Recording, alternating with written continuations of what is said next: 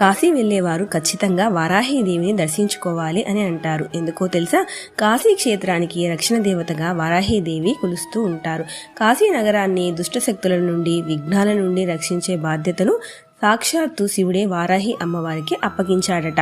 అంధకాసుని సంహారం తర్వాత వారాహీదేవి కాశీ క్షేత్రానికి వచ్చి అక్కడి భక్తులను రక్షించడానికి అక్కడే స్థిరపడిపోయారు. కాశీలోని వారాహీదేవిని పాతాళ వారాహి అని అంటారు. ఎందుకంటే ఇక్కడ అమ్మవారు భూగర్భంలో ఉంటారు. కాశీలో వారాహీదేవికి సూర్యోదయానికి ముందు మాత్రమే పూజలు జరుగుతాయి. సూర్యుడు వచ్చిన తర్వాత ఆలయ ద్వారాలు మూసివేస్తారు. ప్రస్తుతం కాశీలో ఉదయం 7 గంటల నుండి 9:30 వరకు మాత్రమే అమ్మవారి దర్శనానికి అనుమతిస్తున్నారు. కాశీ వెళ్లే భక్తులు ముందుగా కాలభైరవుణ్ణి, ఆ తర్వాత వారాహీదేవిని దర్శించుకుంటే యాత్ర సంపూర్ణం అవుతుందని భక్తుల నమ్మకం. ఇక్కడ కాశీలో అమ్మవారు వరాహముఖంతో 8 చేతులతో భయంకరంగా, అదే సమయంలో భక్తుల పట్ల అత్యంత కరుణతో ఉంటారు.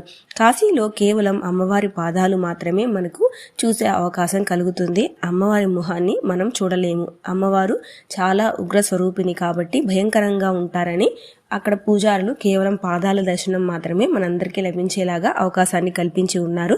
కాశీ యాత్ర గురించి మరిన్ని విషయాలు తెలుసుకోవాలి అంటే మన ఛానల్ని సబ్స్క్రైబ్ చేసుకోండి. మీకు ఏదైనా డౌట్స్ ఉన్నా కూడా కామెంట్ రూపంలో కామెంట్ చేయండి. నేను వెంటనే రిప్లై ఇవ్వడానికి ప్రయత్నిస్తాను.